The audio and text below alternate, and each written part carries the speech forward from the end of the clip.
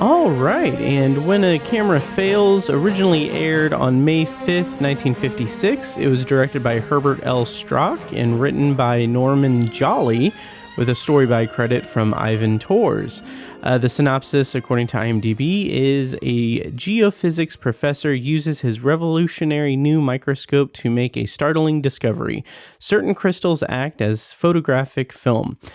Examining prehistoric rocks, he's able to see images of dinosaurs. Glass formed by an atomic test show him the mushroom cloud. So this episode stars Gene Lockhart as Dr. Richard Hewitt. This is his first of two science fiction theater episodes. His next will be the episode Miracle of Dr. Dove. And he didn't appear in any Twilight Zone episodes because he actually passed away in 1957. Some notable credits in his filmography include His Girl Friday and a role as the judge in Miracle on 34th Street. Co-starring as Dr. Johnston is Mack Williams. This is his third of three science fiction theater episodes. We previously saw him in season 1 in Project 44 and The Other Side of the Moon. And he also appeared in Twilight Zone season 2 as Father Beeman in one of my favorite episodes, Shadow Play.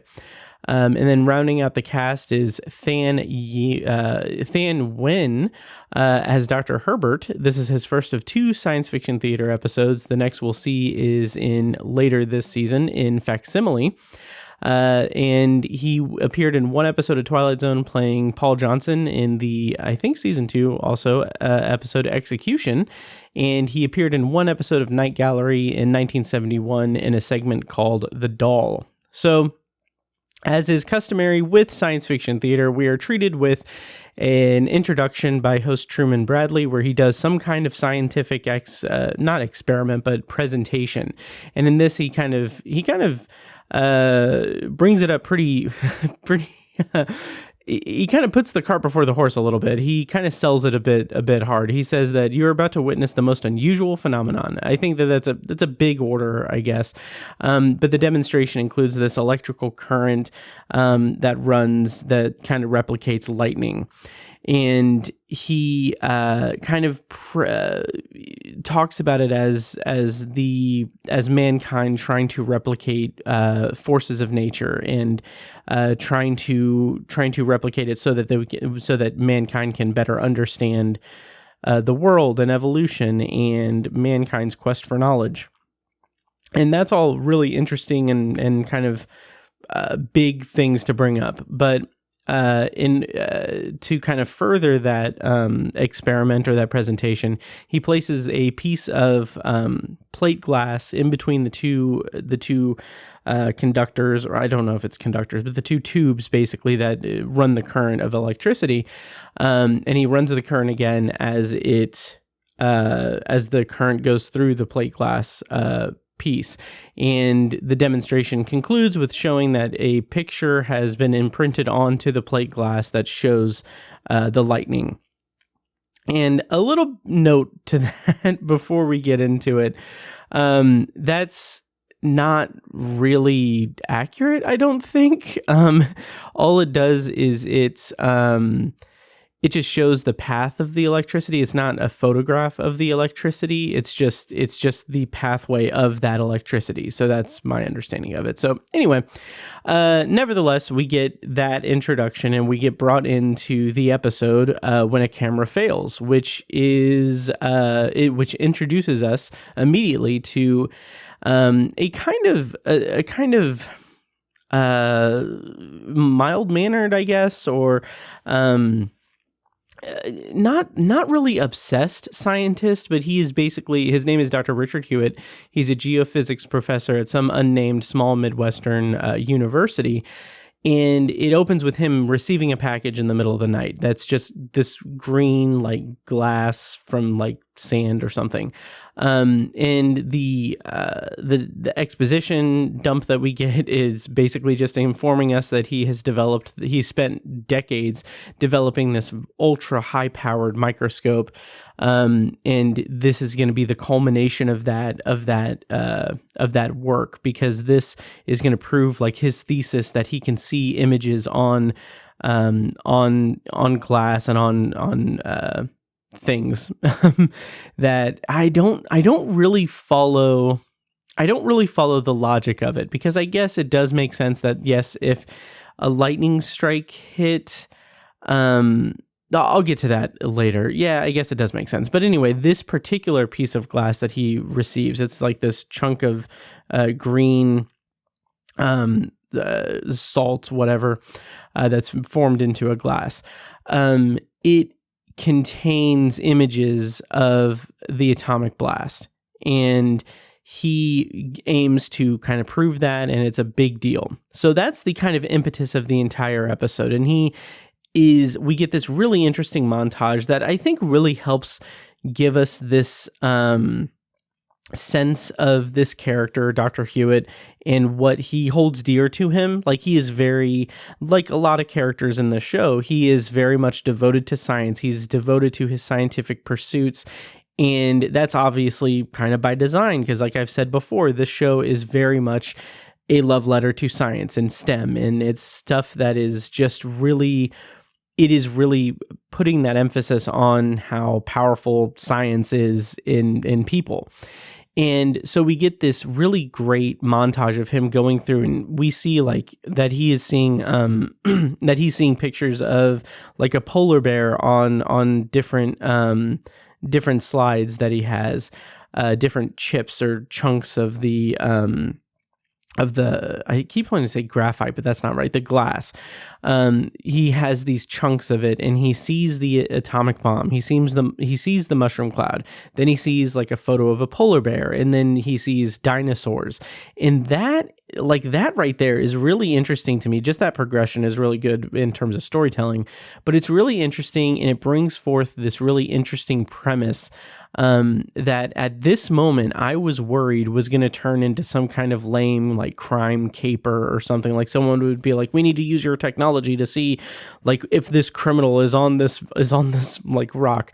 I am so glad it didn't go that route. Instead, this is an episode that is devoted to the scientific pursuits of its protagonist. And even though it does eventually get to a pretty weird leap at the end, or in the third act rather, it is still very much about this single person who is devoted to his specialty, his field of science, and it's about his struggles to get that recognized.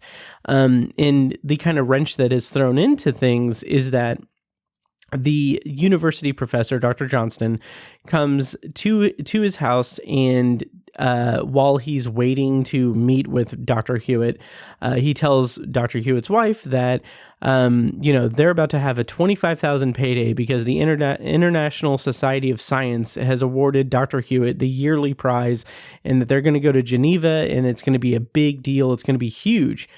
And so like up until this point, it's basically like laying the groundwork for like, oh, great revelations for Dr. Hewitt, like great big momentous things for his research and his acclaim. So obviously the dramatic arc needs to be introduced now. And what we get is it's a very heart-wrenching development in that Dr. Johnston goes to see the images with Dr. Hewitt, but he can't see the images. And that is the kind of narrative, the dramatic crux of the episode, is that only Dr. Hewitt can see the images in the rocks and in the glass. And what I really appreciate about this episode and the way that it handles that is that it doesn't create like an antagonistic situation for Dr. Hewitt. It doesn't create like an aggressive situation for him. Instead, while he can't really figure out why Dr. Johnston can't see the images, and why a third character, Dr. Herbert, who comes in, he's like he's Dr. Hewitt's assistant who eventually becomes the head of the department, but that's a whole thing. But he comes in, he can't see it. So it presents this problem that, much like many other episodes of the show, most of the episodes of the show, it presents a problem that defies logic in the moment, but is something that can be logically explained by the end of the episode. And again, I know I've said it several times over the years at this point, but I really like when they do that. I really like when the show does that, because it presents it as this grounded scientific scientific fiction story. But there's one scene in particular that I really appreciate, and it's in Dr. Hewitt's backlash, or not backlash, but his reaction to people not being able to see the images in the glass. He speaks so passionately. He says, like, one of his quotes is, "I've seen the evolution of the world through that microscope today." And what I love about that is that he's not, like I said, he's not he is defensive of it, but he's not aggressive about it. He's not, he has this passion that he's just passionate about it. And I really appreciate the way that Gene Lockhart portrays Dr. Hewitt in this scene, because it just communicates so much that he's not taking an antagonistic approach to it, even though in the second act, a psychiatrist is brought into the fold, and he's committed, basically. Which, that's where I have, like, I'm gonna try not to spoil the entire episode. It is available on YouTube. I have a link in the show notes of the episode, and the show notes are also available at anthologypod.com/105. But the fact that he gets committed, like a psychiatrist comes in and he is talking to Dr. Hewitt about how, like, a mental breakdown is totally normal. Like, it's totally normal. It's totally natural in your particular situation, because you've spent your entire life working toward this, and of course you're going to have a mental break when it doesn't work out. And then he's like, yeah, and so I think that I need to kind of just have you committed at a sanitarium for a few months. Like, he softballs it, and he says, I think you should go away, go on a trip for a few months. And I'm like, okay, well, I can see that kind of convalescing and kind of just, working out, like, your issues. That's fine. And then he's like, I know what to do. You should go to a sanitarium. And it's like he has to pitch Dr. Hewitt with the sanitarium thing, because he does, like, a double take. And the way that he gets him is that he's just like, Mrs. Hewitt agrees that you should go to the sanitarium. And I'm like, okay, like, I thought at that moment that they were setting him up, or setting up a twist in the plot that was going to be like they were all gaslighting him or something, but that's not what happens. And then in classic, like, 50s and 60s, or even longer or shorter, the name of the sanitarium is that kind of classic, like, Shady View Sanitarium. It just communicates this, like, wrongness that this character is not meant to be in this place.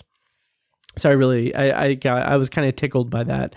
And so I won't give away what the conclusion of it is, but I was very hopeful that there would be some kind of redemptive arc for Dr. Hewitt, and all I'll say is that there is, and I appreciated it. The episode actually ends on a very, very nice and kind of clever joke line where they're talking about, I don't want to give it away. I don't want to give it away, but the kind of punchline of the final line of the episode is, it's a nice, like, kind of cap on the whole episode. It's about Dr. Hewitt and his wife, and it kind of plays up the delusions that he was purported to have been experiencing earlier in the episode. As for why it was, like, I was glad when it kind of came about as to why it was going to be concluded, like, what was going to be the kind of twist of it. I was a little hesitant, because I kind of rolled my eyes a little bit and was like, that's what they're going with? Like, how are they going to explain this away? And they explain it away pretty solidly. It was solid enough, and I liked it. I thought it was okay. And after that, we have a conclusion with Truman Bradley showing, he, of course, giving the caveat that this story was fiction, but it could happen. And he gives an example of this pair of binoculars that were left out in the sun or something, that had this scorched image on the outside of the lenses, because it was in direct sunlight for however long, and it kind of burned that image into it. So I thought it was a nice way to kind of end the episode there. Yeah, and that's all I've got really for When a Camera Fails. It's a pretty solid episode. To be honest, I don't like, it's been so long since I've watched science fiction theater that I can't really necessarily rank it amongst the more recent episodes I'd seen, because the more recent has been, over almost a year at this point. So sorry again. But a piece of trivia that I have is just a kind of light piece of trivia, is that in the episode, the International Society of Science, it's kind of a stand-in for like the Nobel Prizes, or like the Nobel Prize, or whatever entity runs the Nobel Prize. But the piece of trivia I have is that the International Society of Science in Geneva, Switzerland, wanted to make Dr. Hewitt the third American ever to receive its annual prize. The real-world annual Nobel Prizes are awarded in Stockholm by various Swedish agencies. There we go. By 1956, when this episode aired, about 40 U.S. citizens had received Nobel Prizes in the sciences. So that's a pretty interesting piece of trivia there, dated for 1956 when this episode aired. So those are my thoughts on When a Camera Fails from Season 2 of Science Fiction Theater. And that's it for episode 105 of Anthology. Thank you guys so much for listening and for following along and everything. Let me know what you thought about this episode. You can email me at matt@obsessiveviewer.com, or like the show on Facebook at OV Anthology Pod. Is that it? I said it at the beginning. No, it's just Anthology Pod. Facebook.com/Anthology Pod. Twitter at OV Anthology Pod. You guys know all this. The links are in the show notes. Next time on the show, we are going to continue on season 4 of The Twilight Zone with episode 2, The 30 Fathom Grave, as my voice cracks, and the supplemental review, the secondary review, whatever I'm calling it these days, is for Science Fiction Theater season 2, episode 6, titled Bulletproof. So stay tuned for that next week, or next time, I guess. I'm going to hopefully be next week, so we'll see, hopefully. But until then, thank you guys so much for listening, and make sure you check out my other shows, Obsessive Viewer, a movie review podcast, and Tower Junkies, a Stephen King podcast. Those can all be found at obsessiveviewer.com/podcasts. Thank you so much for listening, and I'll see you in the next episode.